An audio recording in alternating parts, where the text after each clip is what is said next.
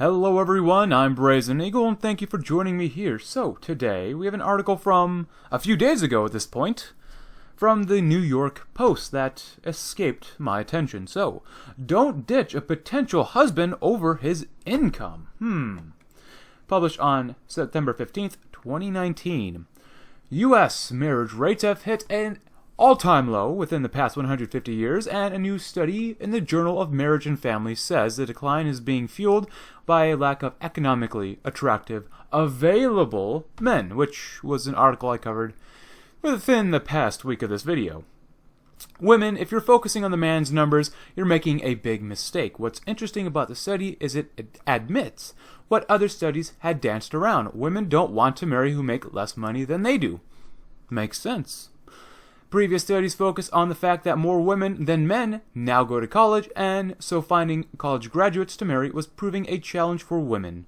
Yet it was clear, even then, that it wasn't the billionaire college dropouts of the world who were having a hard time landing the ladies. Now we've cut to the heart of the matter. Women want men with dough.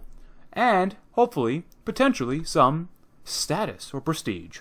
Most American women hope to marry, but current shortages of marriageable men with a stable job and a good income, make this increasingly difficult, especially in the current gig economy of unstable, low-paying service jobs, says Daniel T. Lichter, the study's lead author. Marriage is still based on love, which it's not, but it also is fundamentally an economic transaction, which he's absolutely correct. It's always a man, almost always a man, transferring his wealth to the woman in one form or another. There's always some irony, of course, that in our girl power moment, women still want men who earn more money and have more education than they do. Well, if you take men's jobs, what do you expect will happen? All the articles that focus on how women just want a guy who helps out with the dishes overlook the fact that what women really want is a man who pays most, if not all, the bills. It always comes down to that eternal dollar. There's nothing wrong with women wanting their spouse to be a provider. Well, some people would disagree. A 2017 Pew poll found that 71% of American adults said it's very important for a man to be able to support a family financially, to be a good husband or partner. Dishes aren't enough. You got to make millions of dollars, or at least a lot of money, in order to keep a woman, supposedly. But even then, that's not enough. But women who don't see a man as marriage material because of his income are seeing it wrong. Marriage is a stabilizing force, and married men are the highest earning group of adults, more than single men, more than anyone. With good reason, a married man has something to work for in a way one who's single does not. Add children to the mix, and guys will find hungry mouths to feed to be a big motivator to earn. It sounds like she wants a man who is trapped. Of course, a man's potential is harder to see than the number of commas on his bank statement, but smart women should be looking for that rather than the cash in hand. So you're trying to provide a logical reason for women to settle down early, or at least early enough, supposedly. Does he work hard? Does he have reasonable plans for how to succeed? That's worth far more than someone who happens to have some money in the bank right now. Who, if you marry someone who has money in the bank right now, you could always get married to him and then divorce him for at least half of everything, right? There's also the obvious truth that it's easier to focus on making money and succeeding in your job when you have someone at home rooting for you. Having someone who cares about you and who is unequivocally in your corner does wonders for upward mobility. In a piece in the Washington Post arguing that marriage offers tangible benefits to men, W. Bradford Wilcox, director of the National Marriage Project at the University of Virginia, wrote, "Men who get married work harder, more strategically, and earn more money than their single peers from similar backgrounds. Marriages also transform men's social worlds. They spend less time with friends and more time with family. They also go to bars less and to church more." In the provocative words of Nobel laureate George Akerlof, men settle down when they get married. If they fail to get married, they fail to settle down. Well, Mr. Prager, you guy, we've already covered you before, or at least many other channels have. And it's not just because high-achieving men are more likely to marry in the first place. Previous studies have shown that when there's no longer a wife enhancing her husband's productivity, the man's on-the-job performance and hence wages will decline. And one last point, the average age of marriage in America is still under 30 years old. If we're expecting large bank accounts at 30, our expectations might be too high. Well, some of us would actually like to have a stable job. But you know what? They already mentioned the gig economy earlier. So if you're a woman looking to get married and are understandably concerned about finances, stop trying to judge whether the guy is economically attractive today and look instead at which guy is likely to get better looking economically as he ages. It's still all about money. Better yet, marry for love, not coin. And you'll be happy you did. Well, I don't think I agree with that, but there is a lot to unpack here. So, let's go back to the top. We have a female here, Carol Markowitz, who is, of course, trying to use reason to get relatively young females to lock down a potential good male partner, a lifelong partner, or at least a long-term partner. What she fails to realize is that women generally won't listen to good advice like this because it doesn't feel good. Women act on their emotions most of the time. They almost always act solely on their emotions and don't think ahead of what is to come. Now, people in general, but especially women, just want to feel good. And don't you think, Carol, that people have been saying, especially men have been saying this for decades, marry young while guys still want you, then you'll be provided for the rest of your life. See, people have been saying that for decades, and they still don't listen. But anyways, now Carol here, of course, brings up the information that basically a married man is a trapped man.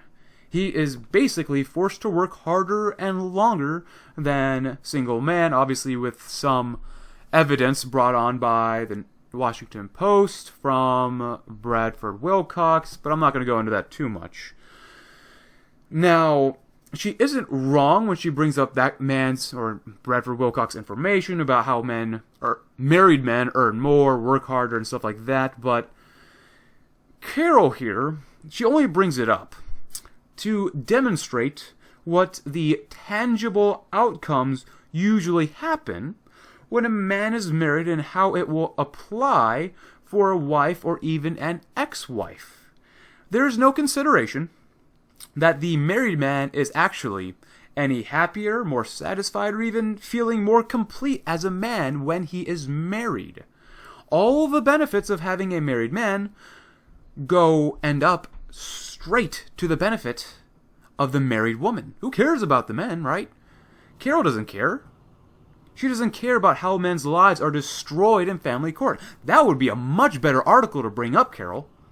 All Carol wants, much like other females, of course, is for the men to take care of the females for the benefit of the females. To Carol, men are merely a tool to be used. Now let's take a look at the last paragraph.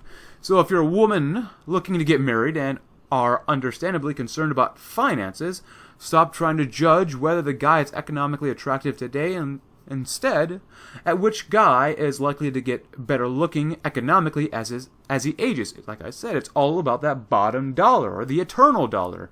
Better yet, marry for love, not for coin, and you'll be happy you did. So, like I said, Carol advocates for youngish, not young, but youngish, like maybe pushing 30 women, to marry for love and not for money, or at least as much. Let's be real. First of all, don't get married. And if you do get married, don't marry for either one. Money is fleeting, and at least in my experience, maybe not yours, but maybe in my experience, money never really makes you happy. And secondly, especially in 2019, don't marry for love. Are you kidding me? Love is merely an emotion here today and gone tomorrow. It expires probably within the next 6 months to a year. But a better question yet to ask right now is, why is Carol bringing this up?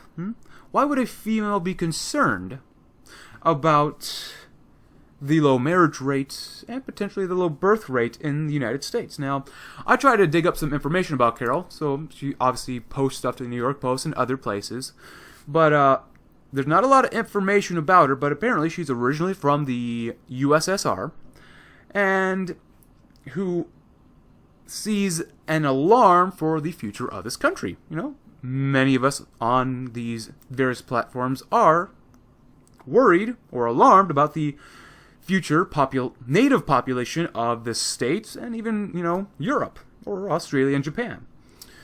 Like I said, I try to find as much information about her, but there isn't a lot. But from what I gathered, she is most likely married with 3 kids. Apparently this is her Twitter page. As you can tell, she's not really young anymore, but she's likely married with 3 kids. That's important to note. As she even says, she's born in the USSR. She has 3 kids and is already married. It's important because Carol is giving advice out to youngish women, that she herself probably wouldn't take if she was still young and attractive in 2019. She wouldn't take her own advice, most likely. If she had the option to fool around, we'll say, with whomever she wanted and delay marriage until the last second, then you know what? She probably would.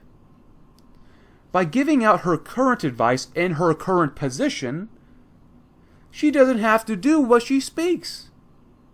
She already found her provider, but she's trying to convince people, just youngish women, to do the most logical thing, which obviously is nearly impossible. Like I said, for decades now, people, especially men, but some older women, have told young women to settle down while they are relatively attractive.